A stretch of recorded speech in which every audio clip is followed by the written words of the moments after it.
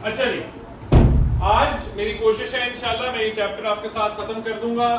आज की क्लास में हमने दो मेन टॉपिक देखने हैं। एक गेम थ्योरी है, उसमें काफी टाइम लगेगा, और फिर एंड पे एक और सॉर्ट ऑफ छोटी सी एक चीज है, कॉन्सेंट्रेशन रेशो क्या होता है, वो हार्डली 5 मिनट्स लगेंगे।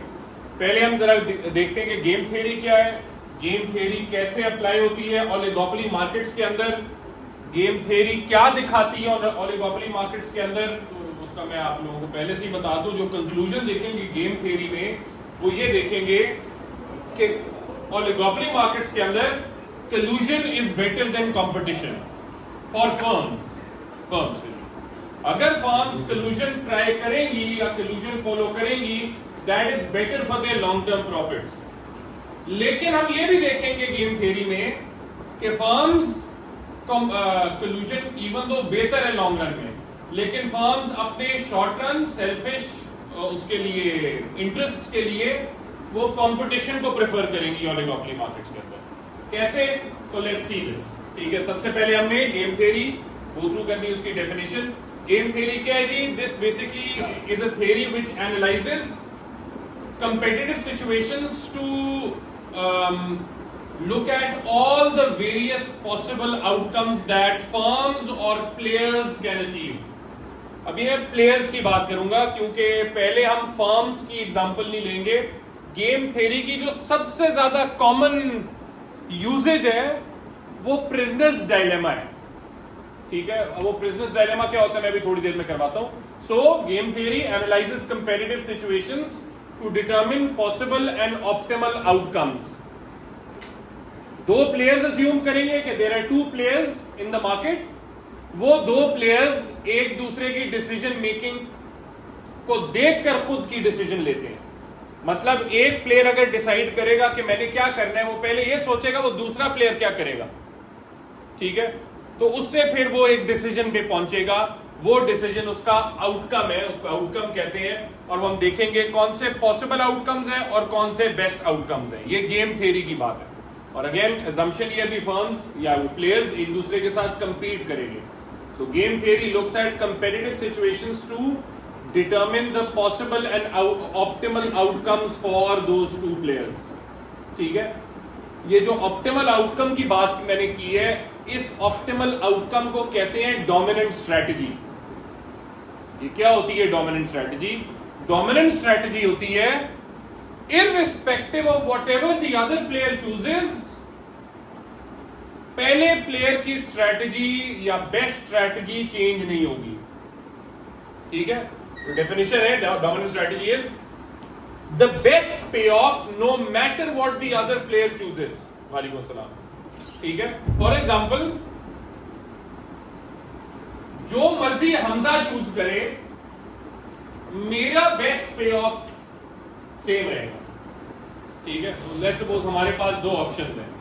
ठीक है, अभी मैं प्रिजनर्स डायलेमा की बात करूंगा, चलो उसी एग्जांपल को लेते हैं। दो प्रिजनर्स होंगे, दोनों के पास ऑप्शन है, या तो वो कन्फेस करें अपने क्राइम को या कन्फेस ना करें।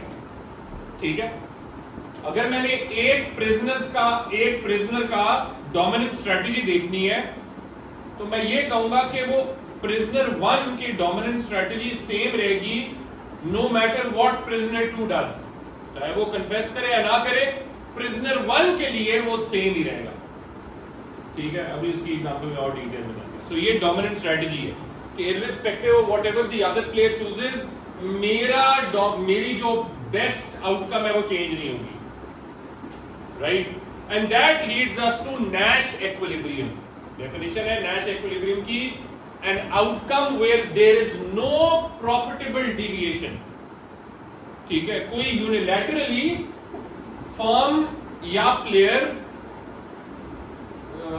जिस तरह कहना चाहिए नैश इक्विलिब्रियम है एक ऐसा सिनेरियो जहां पे प्लेयर अपनी मर्जी से एक पर्टिकुलर पे ऑफ से बेहतर अक्वायर नहीं कर सकता जो मर्जी हो जाए।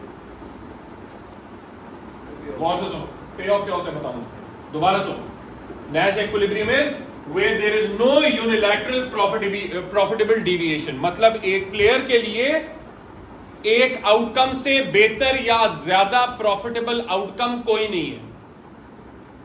ठीक है, तो lot of the time students ये सोचते हैं कि ये जो अभी आपने डेफिनेशन बताई है ये तो डोमिनेंट स्ट्रेटजी की डेफिनेशन है कि मेरा बेस्ट पे ऑफ सेम रहेगा no matter what the other player chooses. तो नैश इक्विलिब्रियम क्या कहता है? नैश इक्विलिब्रियम ये कहता है कि जी मेरी एक ऐसा आउटकम है नैश इक्विलिब्रियम जहां पे मेरे लिए कोई प्रॉफिटेबल डिविएशन उसके अलावा नहीं है। तो ये डेफिनेशंस दोनों बड़ी सिमिलर लग रही हैं। इनमें फर्क क्या होगा? इनमें फर्क अभी थोड़ी देर में देखेंगे, राइट? अभी थोड़ी देर में देखते हैं। लेकिन मैं इतना बता दूं, नैश इक्विलिब्रियम हम दोनों प्लेयर्स का एक साथ देखते हैं, जबकि डोमिनेंट स्ट्रेटजी हम एक प्लेयर की एक वक्त में देखते हैं, राइट? तो डोमिनेंट स्ट्रेटजी एक प्लेयर की एक वक्त में देखी जाएगी, जबकि नैश इक्विलिब्रियम दोनों प्लेयर्स का साथ देखा जाएगा, राइट? ये सारी डेफिनेशन मैंने की है, तो थोड़ा सा कंफ्यूजन हो रही होगी आप लोगों को। अभी इनकी प्रैक्टिकल एप्लीकेशन करते हैं, आपको समझ आ जाएगी, ठीक है? हाँ, नहीं, best outcome that you can get. अभी देखेंगे मैक्सिमम नहीं होता, करने दो मुझे, ठीक है? एग्जांपल कराऊंगा तब समझ आएगी, राइट? ये जी प्रिजनर्स डायलेमा, ठीक है? दो प्रिजनर्स हैं, अयान और हमदान का मैंने यहां नाम लिखा हुआ है। ये दो प्रिजनर्स हैं जो चोरी करते हुए पकड़े गए हैं, राइट? अब पुलिस इनसे कन्फेस करवाना चाह रही है, क्योंकि पुलिस के पास उतना अच्छा सॉलिड एविडेंस नहीं है कि इनको लंबा अरसे के लिए जेल भेजे, राइट? लेकिन साथ में वो कन्फेस इस तरह करवाना चाह रही है कि हर प्रिजनर को ये अलग अलग कमरों में लेकर गए हुए हैं और उनसे कन्फेशन चाह रहे हैं कि यार तुम कन्फेस कर लो तो तुम बच जाओगे, तुम्हें इम्यूनिटी मिल जाएगी, या तुम एक सॉर्ट ऑफ विटनेस बन जाओगे और दूसरे बंदे को जेल हो जाएगी, ठीक है? और साथ में दूसरे बंदे को यही कह रहे हैं कि अगर तुम कन्फेस करो तो तुम बच जाओगे, दूसरे बंदे को जेल हो जाएगी। अब आपके सामने ये जो मैंने ये मैट्रिक्स बनाया हुआ है, this is known as the payoff matrix. इसने पूछा था पे ऑफ क्या होता है, तो अभी बता रहा हूं। This is known as the payoff matrix. इस पे ऑफ मैट्रिक्स के 4 सेल होते हैं खाने, right? There are 4 cells, right? और इस पे ऑफ मैट्रिक्स में 2 प्लेयर्स होते हैं। एक होता है रो प्लेयर, ठीक है? एक होता है रो प्लेयर, वो यहां कौन है? हाँ, अयान, ठीक है? Ayan is the row player. और एक होता है कॉलम प्लेयर, ठीक है? और कॉलम प्लेयर यहां कौन है? हमदान, ठीक है? सो हमेशा पे ऑफ मैट्रिक्स में 2 प्लेयर्स होते हैं, एक रो प्लेयर होता है, एक कॉलम प्लेयर होता है, और दोनों की दोनों चॉइसेस होती हैं, ठीक है? दोनों के पास 2 ऑप्शंस होती हैं। दोनों प्लेयर्स के पास 2 ऑप्शंस हैं, आप देख रहे हो। रो प्लेयर के पास भी 2 ऑप्शंस हैं, कन्फेस करे और कन्फेस ना करे। और कॉलम प्लेयर के पास भी 2 ऑप्शंस हैं, कन्फेस करे, कन्फेस ना करे, ठीक है? अच्छा, अब इसके इन सेल्स के अंदर क्या लिखा हुआ है? ये है पे ऑफ, ठीक है? इन सेल्स के अंदर पे ऑफ लिखे हुए हैं रो और कॉलम प्लेयर के। जो रो प्लेयर है ना, उसका जो पे ऑफ है वो कॉमा से पहले होता है, और कॉलम प्लेयर का पे ऑफ कॉमा के बाद होता है। क्या मतलब? मतलब ये है, अगर अयान और हमदान दोनों कन्फेस कर लें, दोनों पकड़े गए इसका मतलब, और साथ ही कन्फेस कर लिए, इसका मतलब वो जो इम्यूनिटी है फारिग होगी, ठीक है? साथ ही कन्फेस हो गया है, साथ ही जेल जाएंगे दोनों को। लेकिन उतनी जेल नहीं जाएंगे अगर वो कन्फेस है, उस पर मैं आता हूं। दोनों को 5-5 साल जेल हो जाएगी। ये 5 साल जेल अयान की है, ये 5 साल जेल हमदान की है, ठीक है? लेकिन अयान अगर कन्फेस करे और हमदान कन्फेस ना करे, मुझे बताओ कौन से सेल में होंगे? A, B, C, D मैंने लेबल किए होंगे। D। अयान कन्फेस करे, हमदान कन्फेस ना करे, B। अयान कन्फेस कर गया है और उसने एविडेंस वगैरह भी दे दी है, वो बच गया, इम्यूनिटी मिल गई उसको, और 20 साल जेल हो गई हमदान को, ठीक है? कॉमा से राइट कॉलम वाले प्लेयर का पे ऑफ, ठीक है? और कॉमा से लेफ्ट रो प्लेयर का पे ऑफ। अच्छा आखिरी एग्जांपल करते हैं, उसके बाद डोमिनेंट स्ट्रेटजीज पे आते हैं। अगर दोनों प्लेयर्स कन्फेस ना करें, इसको कहते हैं कल्यूजन, ठीक है, दोनों कल्यूड कर रहे हैं। अगर दोनों प्लेयर्स कन्फेस ना करें, कौन से सेल में होंगे? ABCD D। तो दोनों को कितने साल जेल होगी? 2-2 साल, क्योंकि वो इतना एविडेंस नहीं है तो 2 साल तो रख लेंगे, लेकिन फिर छोड़ जाएंगे, ठीक है। अच्छा, अब डोमिनेंट स्ट्रेटजी की बात आती है, नेशनल इक्विलिब्रियम इवेंट पे करेंगे, पहले डोमिनेंट स्ट्रेटजी करते हैं। पहले मैंने डोमिनेंट स्ट्रेटजी देखनी है अयान की, रो प्लेयर की डोमिनेंट स्ट्रेटजी पहले देखते हैं आमतौर पे। मैंने अयान की डोमिनेंट स्ट्रेटजी देखनी है, तो मैं अयान की डोमिनेंट स्ट्रेटजी देखने से पहले यह देखूंगा, अगर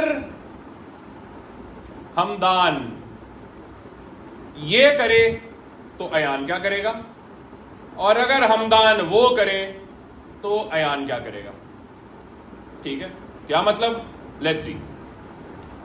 अगर हमदान, मैंने रो प्लेयर की डोमिनेंट स्ट्रेटजी देख रहा हूं, ठीक है, यहां बच्चे फंसते हैं तो गौर से सुनना है। अगर हमदान कन्फेस करता है, अयान की डोमिनेंट स्ट्रेटजी के लिए हमने क्या देखा? पहले हमदान क्या करेगा, ठीक है। रो प्लेयर की डोमिनेंट स्ट्रेटजी देखने के लिए हम पहले देखेंगे कॉलम प्लेयर क्या करेगा, ठीक है, क्योंकि इंटरडिपेंडेंस है, राइट। सो अयान को लगता है हमदान कन्फेस करेगा, तो अगर हमदान कन्फेस करता है, पहले मुझे बताओ, तो रो देखेंगे या कॉलम देखेंगे? मैं दोबारा सवाल पूछ रहा हूं। अयान को लग रहा है हमदान कन्फेस करेगा, तो हमदान कहां पे है? रो में है या कॉलम में है? तो इसका मतलब क्या देखेंगे? कॉलम देखेंगे, ठीक है। अब बच्चे पूछेंगे सर आप तो रो प्लेयर की डोमिनेंट स्ट्रेटजी देख रहे हैं रो प्लेयर की डोमिनेंट स्ट्रेटजी, बट वो रो प्लेयर की डोमिनेंट स्ट्रेटजी देखने के लिए हमें ये देखना है कि कॉलम प्लेयर क्या करेगा, ठीक है, तो इसीलिए कॉलम देखेंगे। सो हमदान कन्फेस करता है, अगला सवाल, लेफ्ट कॉलम देखेंगे या राइट कॉलम देखेंगे? लेफ्ट कॉलम, क्योंकि लेफ्ट कॉलम पे कन्फेस है, राइट पे नहीं है। इसको इग्नोर कर दें, ठीक है, इस कॉलम पे अब हाथ रख दें, राइट। अब हमने ये वाला कॉलम देखना है। हमदान अगर कन्फेस करता है, अयान को क्या करना चाहिए? क्योंकि कन्फेस करेगा 5 साल जेल, नहीं करेगा 20 साल जेल, तो क्या करना चाहिए? अयान को कन्फेस करे, पहली बात। चलो, तो अगर हमदान कन्फेस करता है, अयान को भी कन्फेस करना चाहिए। अब देखते हैं दूसरी ऑप्शन, अगर हमदान कन्फेस ना करे, फिर बताओ रो देखेंगे या कॉलम? कॉलम। अगर हमदान कन्फेस नहीं करता तो कौन सा कॉलम है, लेफ्ट वाला या राइट वाला? राइट वाला। अब इसको छोड़ दें, अब आप इस पे हाथ रख दें, ये देखें, अगर हमदान कन्फेस नहीं करता, अयान को क्या करना चाहिए? कन्फेस करेगा तो कोई साल जेल नहीं करेगा 2 साल जेल, तो इसका मतलब अयान क्या करेगा? कन्फेस। इसका मतलब irrespective of whether Hamdan confesses और डजंट कन्फेस, अयान को क्या करना चाहिए? कन्फेस। इसका मतलब अयान की डोमिनेंट स्ट्रेटजी क्या है? टू कन्फेस, बिल्कुल, कन्फेशन या टू कन्फेस, राइट। साथ समझ आएगी, ठीक है। सो अगर हमने अयान की डोमिनेंट स्ट्रेटजी देखनी है, हमने देखना है अच्छा हमदान क्या करेगा, हमदान जो भी करता है अयान को कन्फेस करना चाहिए, तो अयान की डोमिनेंट स्ट्रेटजी है टू कन्फेस। अब हम कॉलम प्लेयर की डोमिनेंट स्ट्रेटजी भी देखनी है, ठीक है। अब हमने देखनी है कि हमदान क्या करेगा, तो उसके लिए हमें पहले देखना है अयान क्या करेगा, ठीक है। अगर अयान कन्फेस करता है, रो देखेंगे कॉलम? रो, क्योंकि अयान रो प्लेयर है ना, तो ठीक है, डोमिनेंट स्ट्रेटजी हमने कॉलम प्लेयर की देखनी है, बट पहले रो देखनी है, ठीक है। सो अगर हमदान को लगता है अयान कन्फेस करेगा, ऊपर वाली रो या नीचे वाली रो? ऊपर वाली। इस रो को इग्नोर करें, ये रो अब हमें चाहिए। अगर अयान कन्फेस करता है, हमदान को क्या करना चाहिए? कन्फेस करेगा 5 साल जेल, नहीं करेगा 20 साल जेल, तो नेचुरल सी बात है कन्फेस करना चाहिए, कॉमा से राइट वाला, कन्फेस करना चाहिए, ठीक है। सो अयान कन्फेस करता है तो हमदान को भी कन्फेस करना है। अगर अयान कन्फेस अब नहीं करता तो कौन सा रो देखेंगे, ऊपर वाली या नीचे वाली? नीचे वाली, ठीक है। तो अगर अयान कन्फेस नहीं करता, इस रो को फारिग करें, यहां पे देखें, ठीक है। अब हमदान को क्या करना चाहिए? कन्फेस करेगा, कोई साल जेल नहीं कन्फेस करेगा 2 साल जेल। इसका मतलब हमदान क्या करेगा? Confess. So irrespective of whatever Ayan chooses, whether to confess or not to confess, Hamdan should do what? Confess. Therefore, what is Hamdan's dominant strategy? To confess. दोनों की dominant strategy है to confess. तो जब दोनों की dominant strategy है confess करना, इसका मतलब Nash equilibrium where there is no profitable deviation. Nash equilibrium क्या है? जहां दोनों की डोमिनेंट स्ट्रैटेजी कॉमन हो जाती है। तो यहां पे जो Nash equilibrium है that is confession for both, confession for both, ये है आपका Nash equilibrium। अब यहां पे गौर से सुनो, यहां पे Nash equilibrium की डेफिनेशन याद करो। Nash equilibrium क्या कहता है? Where there is no profitable deviation। बच्चे यहाँ पे अब नोटिस करना चाहिए तुम लोगों को, क्या 5-5 सालों से बेहतर ऑप्शन हो नहीं सकती थी इन दोनों प्रिजनर्स की? 2-2 साल। तो ये तो प्रॉफिटेबल डिविएशन नहीं है, ये Nash equilibrium तो ये नहीं होना चाहिए। क्यों नहीं है ये Nash equilibrium? नहीं ना डोमिनेंट स्ट्रैटेजी तो नहीं है। क्यों नहीं है? शाबाश। एक्चुअली दोनों के पास, इन सिंपल वर्ड्स, दोनों के पास इंसेंटिव है टू चीट। सोचो, अयान 2 साल जेल में रहना प्रेफर करेगा या 0? इसका मतलब अयान इधर जाना चाहेगा ना। सिमिलरली हमदान 2 साल जेल प्रेफर करेगा 0, तो इसलिए वो इधर जाना चाहेगा, राइट। सो देयरफॉर दोनों के पास क्योंकि इंसेंटिव है, प्रॉफिटेबल डेविएशन है यहां पे, तो दोनों ही एक दूसरे को चीट करना चाहेंगे। एंड देयरफॉर वो कन्फेशन वाली ऑप्शन ही डोमिनेंट स्ट्रैटेजी होती है, और वो कन्फेशन वाली ऑप्शन ही Nash equilibrium होती है, ठीक है। ये जो प्रिजनर्स डायलेमा वाला केस मैंने किया है, इसको अब हम ओलिगोपोली मार्केट्स में लाते हैं और हम अज्यूम करते हैं that there are 2 firms, 2 firms हैं, सिमिलर प्रोडक्ट बना रही हैं, ओलिगोपोली मार्केट है, डोमिनेंट फर्म्स है दोनों, firm A firm B. Firm A मुझे बताओ इस पे ऑफ मैट्रिक्स में रो प्लेयर है या कॉलम प्लेयर है? रो प्लेयर है। अब दूसरी फर्म बी कॉलम प्लेयर है, ठीक है। अब ये मैंने क्या लिखा हुआ, फर्म, दोनों फर्म्स इस वक्त सिमिलर जो प्रोडक्ट बना रहे हैं, जैसे पेप्सी को हो गया, सिमिलर प्रोडक्ट बनाते हैं, दोनों ने अपनी प्राइस को इस वक्त हर प्रोडक्ट की $4 रखा हुआ, $4 में अपना प्रोडक्ट बेचते हैं। वो सोच रहे हैं कि हमें अपनी प्राइस को $3 पे लाना चाहिए या नहीं, प्राइस को कट करना चाहिए या नहीं। ये बेसिकली डिसीजन है, और ये उन्होंने सोच रहे हैं कट करें या ना करें, दोनों सोच रहे हैं, ठीक। अब मैंने again remember this, collusion is better, और वो अभी मैं प्रूव करूंगा, collusion is better, but firms नहीं करेंगी, ठीक है। क्यों नहीं करेंगी? Let's see. सो ये 6-6 मिलियन क्या है? अगर दोनों फर्म्स प्राइस कट करती हैं तो दोनों के प्रॉफिट 6-6 मिलियन हो जाएंगे। अगर फर्म ए प्राइस कट करती है, फर्म बी नहीं करती, ए बी सी डी कहां होंगे? फर्म ए कट कर रही है, फर्म बी नहीं कर रही, बी यहां पे फर्म ए कट कर रही है प्राइस और नहीं कर रही फर्म बी, तो ये फर्म ए को $18 मिलियन का प्रॉफिट, फर्म बी को सिर्फ $2 मिलियन का प्रॉफिट, ठीक है। और अगर दोनों कहते हैं हम कलूजन करते हैं, प्राइस कट नहीं करते, ठीक है, तो दोनों की जो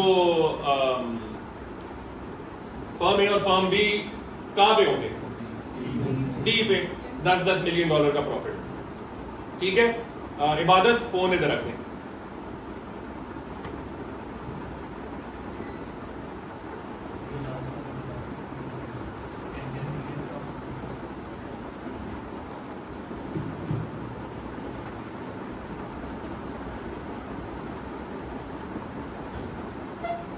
इबादत ये अगर लड़का कर रहा होता तो सिर्फ उसको मैं ये ना कहता, इसलिए I feel bad for the boys.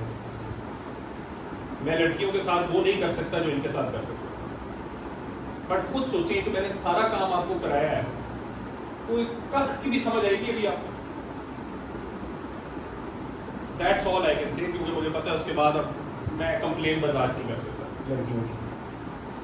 But थोड़ा सा खुद सोचो यार, खुद सोचो। दिस इज अच्छा जी। क्या कहे बोले 10-10 मैंने अपनी मर्जी से वैल्यूज डाली है ना, लेकिन वो 10-10 किस तरह है? अगर फर्म ए और फर्म बी दोनों का हम कलूड करते हैं, प्राइस कट नहीं करते, ठीक है, तो एक प्राइस ही रखते हैं, कोई कट करने का कोई फायदा नहीं है, राइट?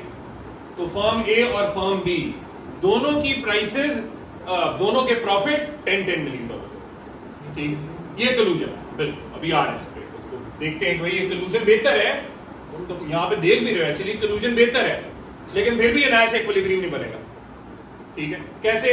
चलो let's first look at firm A की डोमिनेंट स्ट्रेटेजी क्या है। हाँ,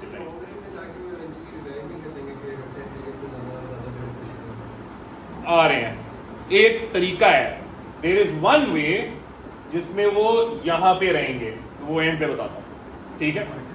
फर्म ए की डोमिनेंट स्ट्रेटेजी देखने के लिए हमने ये देखना है फर्म बी क्या करेगी, ठीक है? फर्म बी को लगता है, फर्म ए को लगता है फर्म बी प्राइस कट कर रही है, ठीक है?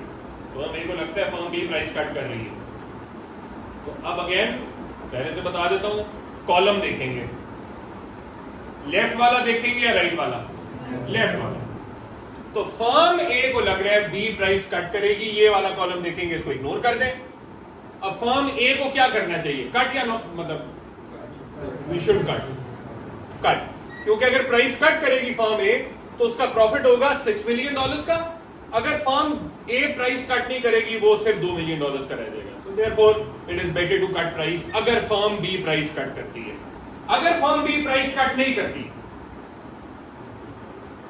अब ए क्या करेगी? है एग्जैक्टली, पहले तो राइट वाले कॉलम में जाएंगे, ये यहां पे। अब अगर फर्म ए प्राइस कट करती है तो उसको $18 मिलियन का प्रॉफिट होगा, नहीं करती $10 million, naturally $18 million is better. So therefore firm A इस केस में भी प्राइस कट करेगी। So irrespective of whatever firm B does, firm A को क्या करना चाहिए? कट करेगा। तो डोमिनेंट स्ट्रेटजी फर्म ए की क्या है? To cut the price, price cut करें, ठीक है? फर्म बी की डोमिनेंट स्ट्रेटजी हम देखते हैं। फर्म बी को लगता है ए प्राइस कट करेगी, रो या कॉलम? रो देखेंगे। फर्म ए प्राइस कट कर रही है, रो देखेंगे। ऊपर वाली, नीचे वाली? ऊपर वाली, ये, right? Ignore this, focus on this row. अगर फर्म ए प्राइस कट करती है, फर्म बी को क्या करना चाहिए? कट करें, क्योंकि $6 मिलियन का प्रॉफिट है, वरना $2 मिलियन का होगा, तो फर्म बी को भी प्राइस कट करनी चाहिए। अगर फर्म ए प्राइस कट नहीं कर रही, ये वाली रो, तो फर्म बी को क्या करना चाहिए?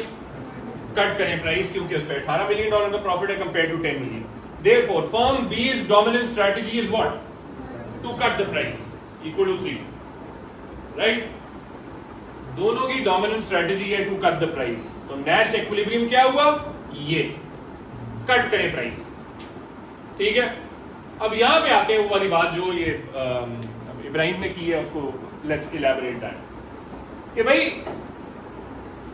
अगर फर्म्स कलूड करें तो नेचुरल सी बात है वो कलूजन में, क्योंकि प्राइस वो कम या कट कर नहीं रहे, प्राइस हायर है, उस पे they can earn higher profit compare to ये वाला। बट नैश इक्विलिब्रियम ये नहीं है। क्यों? क्योंकि इंसेंटिव टू चीट है। In simple words, incentive to cheat the collusion है। फर्म ए कहेगी 18 मिलियन बेहतर है या 10 मिलियन बेहतर है, 18 मिलियन बेहतर है, 18 मिलियन बेटर है, राइट? सिमिलरली फर्म बी कहेगी यार 10 मिलियन बेटर है या 18 मिलियन बेटर है, ऑब्वियसली 18 मिलियन बेटर है। दोनों फिर इसलिए उनके पास इंसेंटिव होगा कि वो चीट करें कलूजन को और वो कंपटीशन स्टेट पे आए, जिसकी वजह से जो मैंने कल आपको बताया था, ये short termism ultimately leads to firms losing out on long term profits, ठीक है, for short term gains. But there is one way जिसमें फर्म्स को हम यहां पे रख सकते हैं। ठीक है, और नैश इक्विलिब्रियम ये बना सकते हैं। कलूजन तो है, पर वो कलूजन तो इंसेंटिव टू चीट है ना, वो इंसेंटिव टू चीट खत्म करें कैसे? एक अग्रीमेंट हो, दोनों साइन करें कि अगर किसी ने चीट किया, हम कलूजन को छोड़ के गए, तो दोनों को कोड ऑफ लॉ में $10 मिलियन का, दोनों में से किसी एक को $10 मिलियन का फाइन पे करना पड़ेगा। तो अगर फर्म ए चीट करती है, रादर देन वो $18 मिलियन कमाएगी, वो कितने कमाएगी? 8। और अगर फर्म बी चीट करती है, rather than earning 18 million, $8 million कमाएगी। ठीक है, this is that one main method. There might be other methods as well, but this is that one major sort of fool proof method, जिसमें firms ensure कर सकती हैं कि वो जो कलूसिव अग्रीमेंट है वो मतलब खराब ना हो। ठीक है, उस पर कोई एंटिटी या कोई जो फर्म है वो चीट ना करे, और हम यहां पे ही रहें और इसको नैश इक्विलिब्रियम बना दें। This is that one way जो जिससे हो सकता है। ठीक है, is this clear? Right. So game theory basically क्या बताती है? फर्म्स के पास कंपटीशन के इंसेंटिव ज्यादा क्यों है compare to collusion, even though collusion is better. ये गेम थ्योरी का पूरा मॉडल है। उसको बड़े डिटेल में मैंने यहां एक्सप्लेन किया हुआ है। You can go through this at home as well, so that इसको जरा आपका इसके ऊपर अगेन आए हुए हैं essays, by the way game theory के ऊपर सेल्डमली एसेज आते हैं, बट मैं आपको इनकरेज नहीं करूंगा, कि डिस्करेज करूंगा एक्चुअली वो एसेज करें, बिकॉज वो थोड़े टफ होते हैं। राइट, लेकिन एमसीक्यू एक आ जाता है इसके ऊपर, इतना ज्यादा नहीं आता, कभी कभी आता है, but we should be prepared. Right, मेरे से पूछ, उससे ज्यादा आता है मुझे, बता क्या पढ़ाई?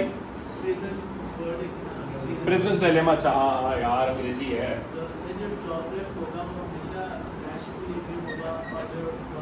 व्हाट? नो जी यार, डैश वैसे हरकत की है।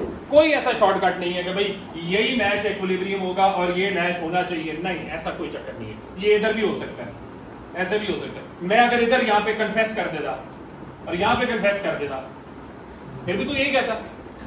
इस तरह की हरकतें तू करता है ना, तो मेरा दिल करता है कि बस तुझे सलाम ही पेश करूं, क्योंकि कैमरा है तो इसके अलावा मैं कुछ नहीं कर सकता। ठीक है, हाँ मेरा कोई सवाल था, मुझे पता है। क्या पूछो, नहीं शर्माओ। ग्रेड जब पैड़ा आएगा ना, उस समय तुझे ज्यादा शर्माऊंगा। अच्छा जी, ओलिगोपोली में कंपटीशन प्राइस के अलावा तरीके से भी होता है। देयर आर अदर वेज, जिसमें अभी प्राइस कंपटीशन तो हमने अभी पढ़ा, गेम थ्योरी में भी अभी पढ़े हमने थोड़ी देर पहले, but there are other methods of competition besides profit. इसके ऊपर भी क्वेश्चंस आए हुए हैं। इनफैक्ट केस स्टडी में एक दफा इसके ऊपर क्वेश्चन आया था कि व्हाट आर द वेज जिसमें oligopoly firms may compete with each other. तो one of the methods is price competition. और प्राइस कंपटीशन में अभी हमने देखा है प्राइस वॉर्स हो सकती है। वो किंग डिमांड का मॉडल मैंने पढ़ाया, जो याद रखो, इवन तो उसमें प्राइस रिजिड होती है, बट वो बनता क्यों है? क्योंकि फर्म्स क्या करती हैं, एक दूसरे के साथ कंपीट करती हैं, कंपटीशन मॉडल में होता है। Right. And number 3, predatory pricing. Predatory pricing क्या होता है? छोटी फर्म्स को मार्केट से भगाने के लिए they charge very low prices, even below average cost. तो ये तो प्राइस कंपटीशन हो गया। नॉन प्राइस कंपटीशन में 2-3 बड़ी ऑब्वियस चीजें हैं। एडवर्टाइजमेंट्स, ठीक है।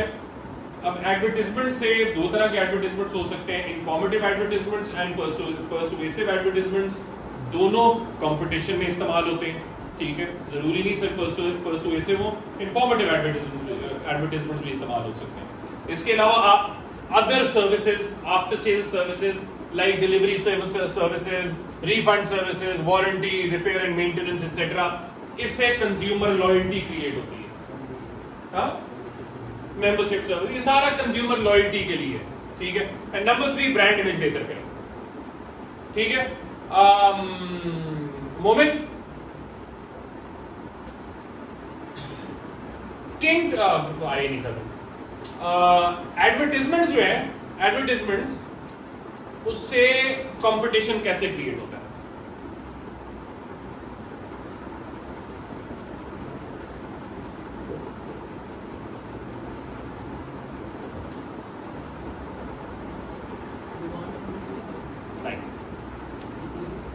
डिक्रीज होती है डिमांड एडवर्टीजमेंट से?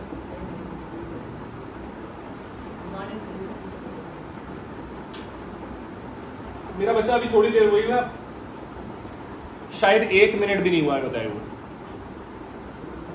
नहीं, आप हंस रहे थे। या देखो देखें, 2 में से एक काम हो सकता है, या हंस सकते हैं या सुन सकते हैं।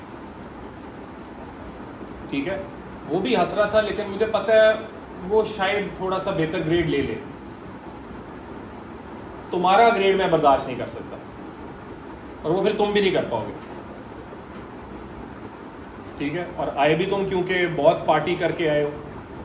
ठीक है, वैसे तो खैर उम्र में क्या तुमने पार्टी करनी है, बट चलो खाने की पार्टी की होगी वहां पे, तुमने अलबैक का रोज खाया होगा। ठीक है, तो मेरा बच्चा अगर तू पढ़ लेगा ना, ये सुन लेगा, तो शायद को ग्रेड भी इंप्रूव हो जाए। कल अभी लेक्चर दिया है, मैं दोबारा उस एम्बेरसमेंट से नहीं गुजरना चाहता जो परसों गुजरा। ठीक है, तो इस क्लास में कुछ ऐसे बच्चे हैं जिन पे मुझे बहुत डर है, तो मैं उनका ग्रेड अपने ऊपर नहीं दूंगा। मैं पहले से बता रहा हूं, मैं भाग जाऊंगा, मैं आपको डिसओन करूंगा, पहले से बता रहा हूं। ये ना कहिएगा सर ये आपने ज्यादती की है, मैं पहले से बता रहा हूं ये आपके साथ करूंगा। मैं प्राइवेट करूंगा, आपको जो मर्जी करना पड़े इंशाल्लाह, क्योंकि वो एम्बैरेसमेंट मैं दोबारा नहीं बर्दाश्त करूंगा कि 15 बच्चों का मेरी, तो इस दफा 50 बच्चे हैं, 50 बच्चों में से 15 बच्चों का यू आ गया। ऐसा नहीं मैं कर सकता इस दफा। और इस क्लास में बच्चे हैं जो इस वक्त यू पे हैं, 15 से ज्यादा ही बच्चे शायद।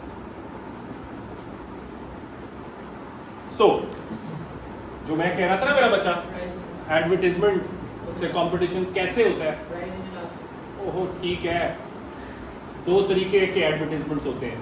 ठीक है, इंफॉर्मेटिव एंड पर्सुएसिव, दोनों से डिमांड बढ़ सकती है। Lot of the time students को ये लगता है कि पर्सुएसिव एडवर्टाइजमेंट से डिमांड ज्यादा होती है, जबकि इंफॉर्मेटिव एडवर्टाइजमेंट से आप सिर्फ लोगों को इन्फॉर्म कर रहे हैं। ठीक है, but that is not true in a lot of cases, sometimes it might be true.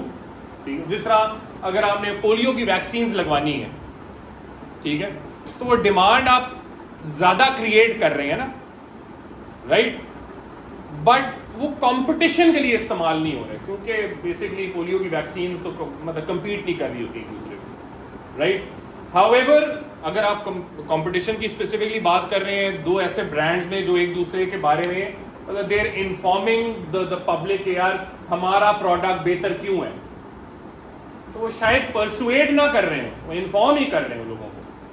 ठीक है, but again that can lead to, by the way लफ्ज याद रखें प्रोडक्ट सुपीरियोरिटी का।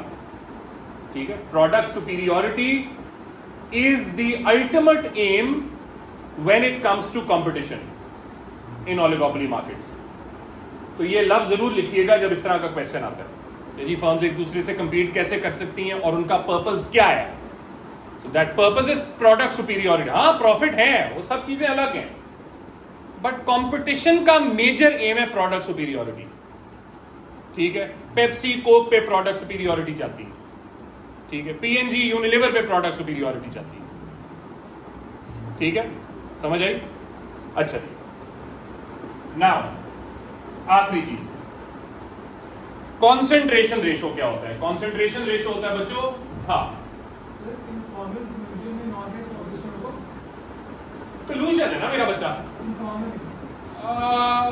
वैसे गुड पॉइंट हो सकता है, मतलब firms might be colluding when it comes to prices, but they might be creating advertisements. There is a possibility, हो सकता है बिल्कुल हो सकता है। फॉर्मल में नहीं होगा बट इनफॉर्मल हो सकता है। अच्छा जी, कॉन्सेंट्रेशन रेशो क्या होता है? कॉन्सेंट्रेशन रेशो है जब हमने एक फर्म की बजाय कुछ फर्म्स का मार्केट कंबाइंड मार्केट शेयर निकालना हो, ये देखने के लिए कि मार्केट में कंपटीशन कितना है और बेसिकली मार्केट स्ट्रक्चर कौन सा है। तुम लोगों ने 4 तरह के मार्केट स्ट्रक्चर्स पढ़े हैं, कौन कौन से?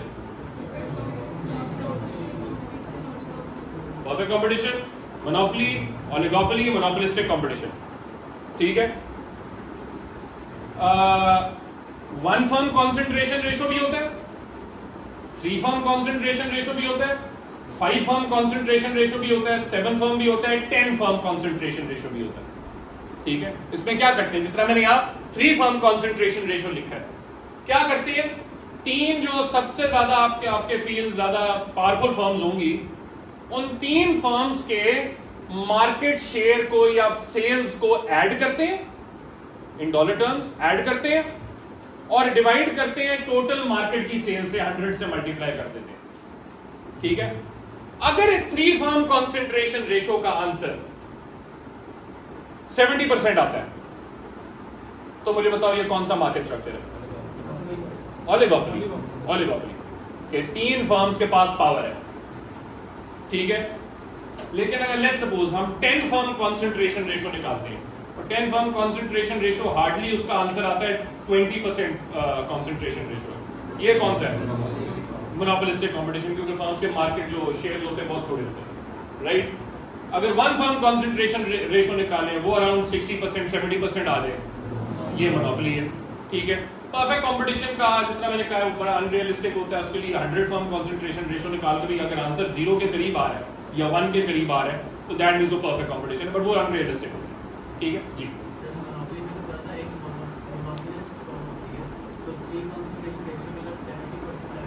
वो तीनों ओलिगोपोलिस्ट हैं।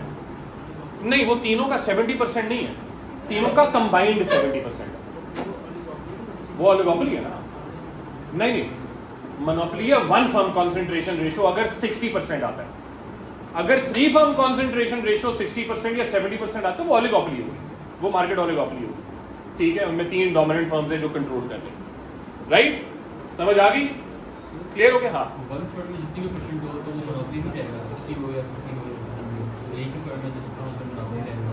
अगर 1 फर्म कॉन्सेंट्रेशन रेशियो है और वो 40% भी होता है या 50% होता है या 60% हो या 70%, लेकिन अगर 1 फर्म कॉन्सेंट्रेशन रेशियो 5% है, तो फिर तो मोनोपोली नहीं हो सकता ना। 5% कैसे हो सकता है? समझिए, तो इसलिए हम 1 फर्म कॉन्सेंट्रेशन रेशियो नहीं निकालते अनलेस हमें शक है वो मार्केट कौन सी है, मोनोपोली। ठीक है, वरना हम 1 फर्म देख रहे होंगे, मैंने 1 फर्म का, अच्छा चलो मैंने लिखा जरूर है, बट वो सिर्फ 1 फर्म कॉन्सेंट्रेशन रेशियो उस वक्त इस्तेमाल होता है जब हमें शक है कि वो मार्केट मोनोपोली है, वरना हम इस्तेमाल नहीं करते। वरना 3 फर्म 5 फर्म 7 फर्म आमतौर पे ये होते हैं। ठीक है, समझ आई? क्लियर हुआ? कोई मसला? अब मैं आप लोगों के जो